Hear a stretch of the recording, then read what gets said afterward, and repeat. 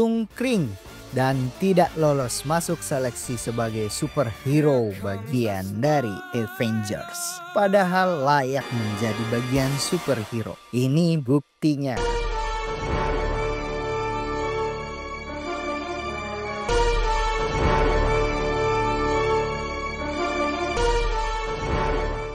Nathan Kane adalah seorang asisten manajer di sebuah bank swasta di San Diego.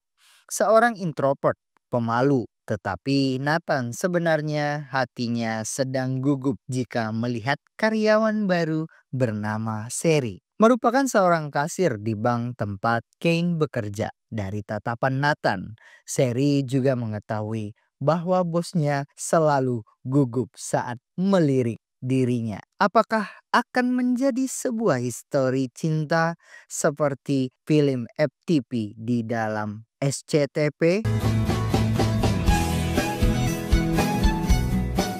Justru Sherry ingin mencoba mendekati bos Nathan. Mencoba mengajak Nathan untuk makan siang. Awalnya Nathan jual mahal untuk menolak ajakan anak buahnya. Hati memang tidak pernah berbohong, bos. Nathan ternyata menerima tawaran Sherry. Sebuah makan siang yang canggung. Nathan yang baru pertama makan siang bersama seorang wanita yang ia sukai mulai gugup merasa dunia sedang melihatnya. Saat Sherry ingin memberikan kesan pertama, memberikan suapan isyarat bahwa hatinya berdebar juga dekat dengan bosnya akibat kepolosan dan pemalunya Nathan, ia harus berkata jujur kepada Sherry bahwa ia laki-laki yang payah, memiliki sebuah penyakit kelainan genetik yang tidak dimiliki oleh orang lain pada umumnya. Sebuah penyakit yang bernama SIFA, genetik yang dari kecil sudah dimiliki oleh Nathan, membuat Nathan tidak pernah merasakan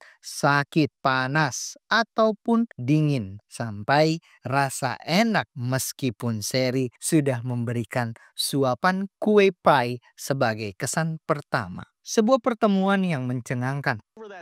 Yeah, man, but I'm not like you. I'm not cool. I don't drive a Harley. Malamnya Nathan biasanya akan menjadi seorang gamer untuk menghabiskan waktu di malam hari. Nathan yang mulai kepikiran dengan Sherry menemui Sherry di sebuah klub bar. Sherry sedang mengadakan pameran seni lukisan. Pertemuan mereka semakin intens dan semakin lebih dekat, seperti dua sejoli pada umumnya, saling mengenal lebih dekat dan saling menemukan kecocokan antara satu sama lainnya.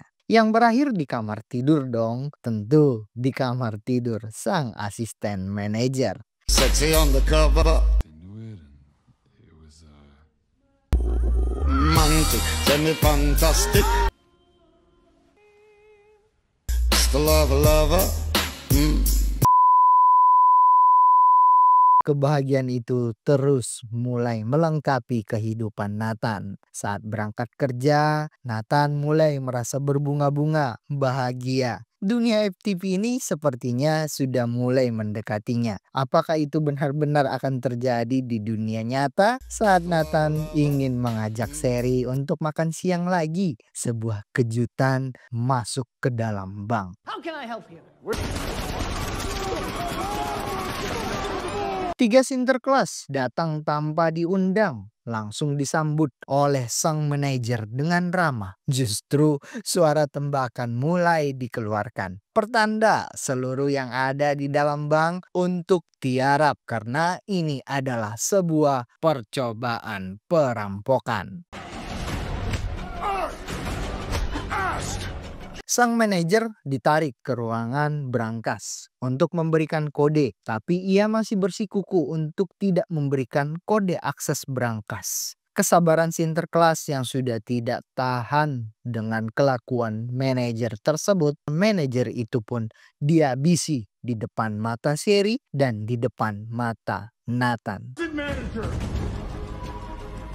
Berikutnya, Nathan, asisten manajer yang akan dipaksa untuk membuka berangkas tersebut. Apakah ini juga akan terjadi hal yang sama terhadap Nathan? Meskipun Nathan saat itu dipukuli oleh Sinterklas, Nathan tidak merasakan apapun, hanya pura-pura saja biar terlihat bahwa ia merasakan sakit. Matanya masih tetap tertuju kepada sang manajer yang sudah tidak bisa bangun untuk lari pagi sebelum bekerja di aktivitasnya. Hingga Sherry dijadikan target berikutnya untuk dikirim ke sang ilahi. Nah, di sini nih, mau tidak mau, daripada sang pujangga hati juga didor, akhirnya Nathan memberikan kode akses tersebut. Seluruh uang di dalam bank tersebut digasak oleh para Sinterklas. Hingga Sherry dijadikan sandera untuk bisa lolos dari dalam bank. Area yang sudah dijaga oleh kepolisian setempat justru tidak sanggup membendung dari serangan para Sinterklas yang membawa AK-47 hingga mereka pun bisa lolos dengan mudah kabur dari bank tersebut. Nathan yang baru sadar sudah melihat para Sinterklas itu kabur membawa Sherry. Bukan uang yang dipikirkan oleh Nathan. Justru Nathan lebih memikirkan kondisi sang pujangga hati. Nathan yang tidak mau kehilangan jejak untuk menyelamatkan Sherry, Nathan menggunakan mobil polisi untuk mengejarnya.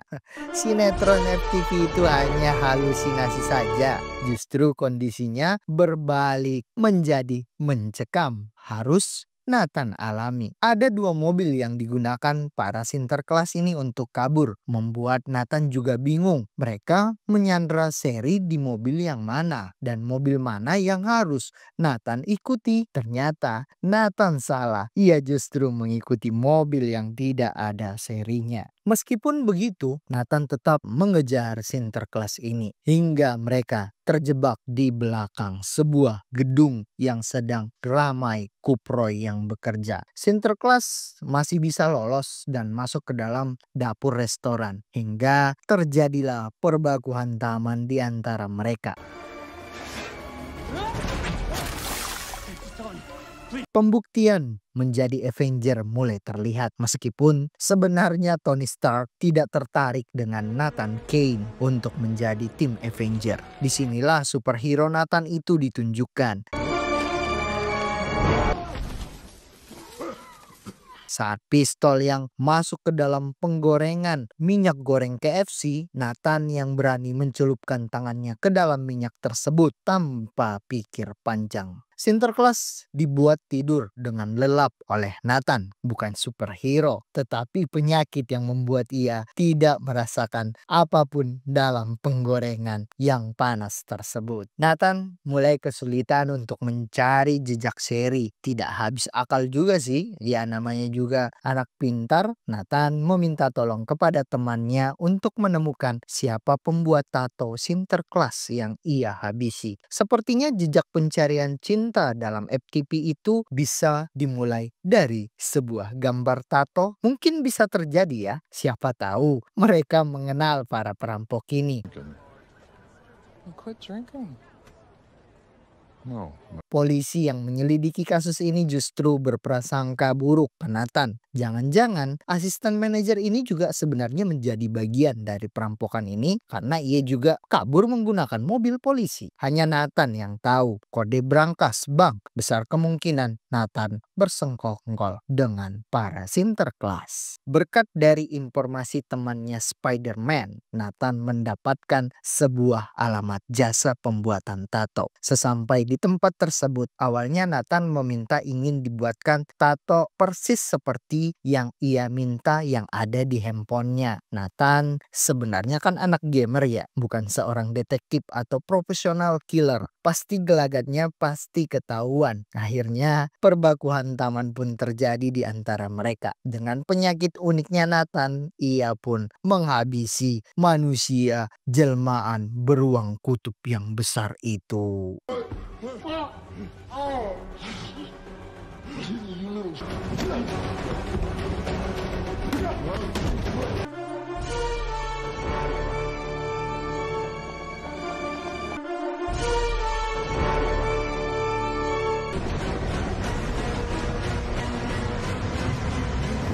Beruang kutub itu pun mau menyebutkan sebuah nama bernama Ben Clark. Artinya bagian dari Clark bersaudara. Kedua Sinterklas yang masih jedak-jeduk nih.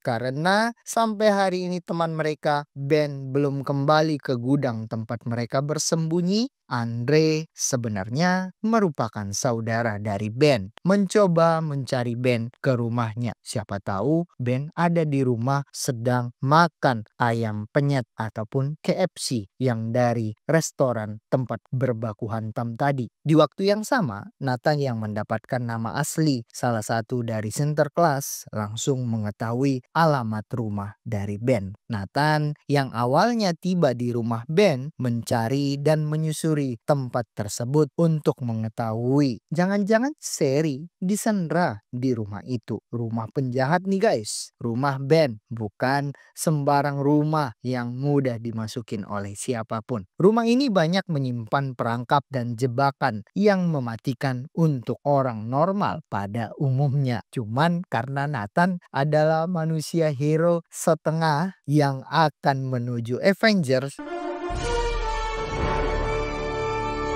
setiap terkena jebakan, ia tidak merasakan apapun. Cuman ya pura-pura aja sih sebenarnya. Hingga ia terkena jebakan yang membuatnya sulit keluar dari rumah itu. Nathan mencoba menghubungi temannya Spider-Man yang berganti nama di dalam film ini menjadi nama Roscoe.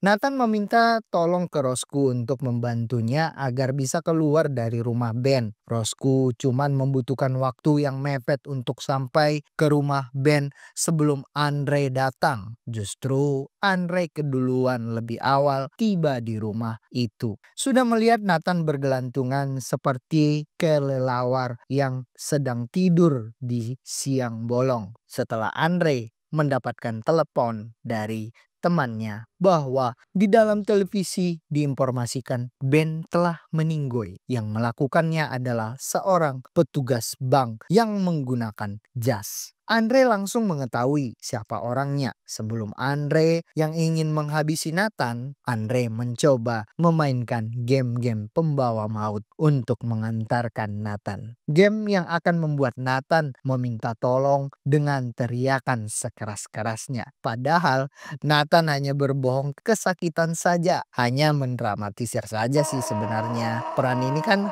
hanya peran-peran biasa aja yang dirasakan oleh Nathan. Untuk mengulur waktu aja agar Roscoe datang lebih cepat untuk menolongnya. Roscoe pun sampai ke rumah tersebut dengan welcome kick to Andre.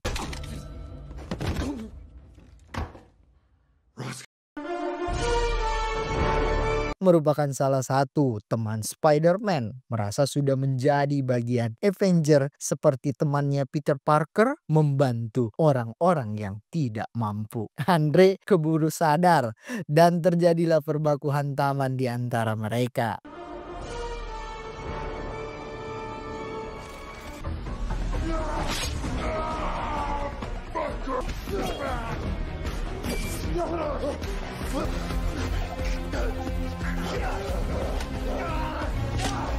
Beruntung Nathan menang dalam perbaku hantaman itu. Polisi dan FBI pemegang kendali atas dunia sampai akhir kiamat yang tiba ke rumah Ben. Nathan yang sudah terjebak di dalam rumah sudah tidak bisa kabur. Beruntung Roscoe adalah temannya Peter Pan.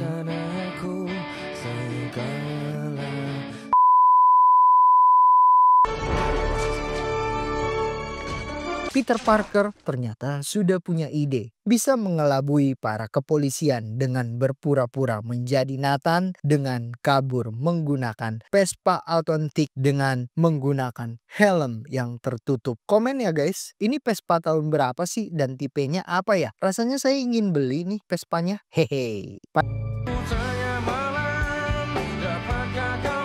Padahal Nathan ini sebenarnya sudah kabur lewat pintu belakang rumah Ben menuju gudang Clark & Son. Di gudang inilah hal yang mencengangkan yang tidak bisa dibayangkan oleh Nathan. Sebenarnya Cherry adalah bagian dari kelompok Sinterklas. Simon sebenarnya nama pemimpin dari persekongkolan Sinterklas ini yang merupakan saudara kandung dari Sherry. Sebuah rencana sudah disusun rapi oleh para Sinterklas ini dengan memasukkan salah satu orang kepercayaan mereka ke bank untuk bekerja beberapa bulan demi mengetahui kondisi di dalam bank apa-apa saja yang sudah diposisikan untuk menyimpan sebuah brankas dan uang yang banyak. Nathan yang mencoba menyergap Simon dengan cerita yang sudah Simon jelaskan ke Nathan bahwa ia hanya menjadi alat oleh Sherry adiknya. Sherry sebenarnya juga tidak pernah ada rasa untuk mencintai Nathan. Nathan yang langsung gelap mata, serasa dunia sudah mau runtuh, merasa sudah dibohongi oleh perempuan yang ia cintai, tetapi dengan kondisi menghayal bahwa cerita FTP itu tidak nyata. Yang sebenarnya yang nyata itu adalah film-film dari cerita film Indosiar.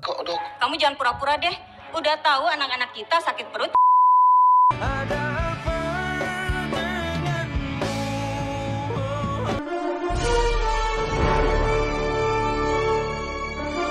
Melakukan uppercut membuat Nathan langsung tumbang. Padahal bukan itu yang membuat Nathan tumbang. Cuman gak terima aja sih sebenarnya dibohongi. Setelah kondisi, Nathan yang tertekan melihat Nathan sudah seperti mayat hidup. Berangan-angan apa yang sedang terjadi di dalam hidupnya yang malang ini. Sebenarnya Sherry mulai berubah pikiran. Ia mulai mencoba melawan Simon demi membela Nathan. Beruntung polisi datang tepat waktu untuk melumpuhkan Simon. Sherry ditangkap, Nathan dibawa ke dalam mobil ambulan. Dan film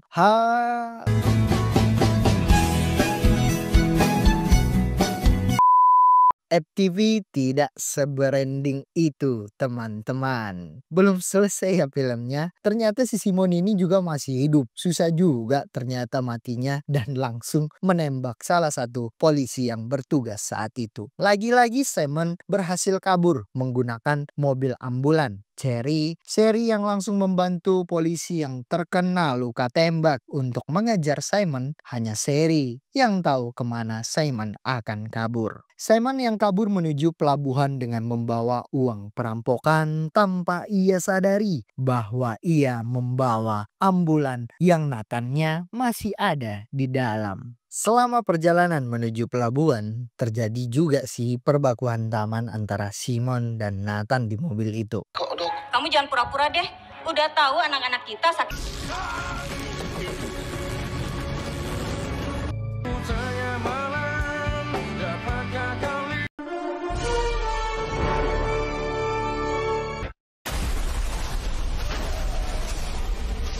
Mereka terus melanjutkan perbakuhan taman untuk mengetahui siapa yang terbaik di antara mereka. Jangan-jangan untuk mengetahui siapa yang akan lolos menjadi Avenger untuk tim berikutnya. Meskipun Simon kuat hebat dalam pertarungan, tapi Nathan juga tidak kalah. Ia adalah superhero tanggung, calon kuat anggota Avenger. Teman dekatnya adalah temannya dari Peter Parker, orang dalam dari Avenger. Otomatis ia juga memiliki kemampuan tidak merasakan apapun di dalam tubuhnya. Ataupun mungkin ciuman juga ia tidak merasakan kayaknya ya guys. Beruntung Sherry sudah sampai di pelabuhan. Tanpa ragu-ragu dan pikir panjang demi sebuah film cerita FTP, ia pun langsung menembakkan saudaranya sendiri, Simon. Meskipun Nathan dalam keadaan sekarat patah tangan, Nathan tidak merasakan sakit sekalipun itu bisa menghantamkan tulang dalam tangannya langsung ke dalam.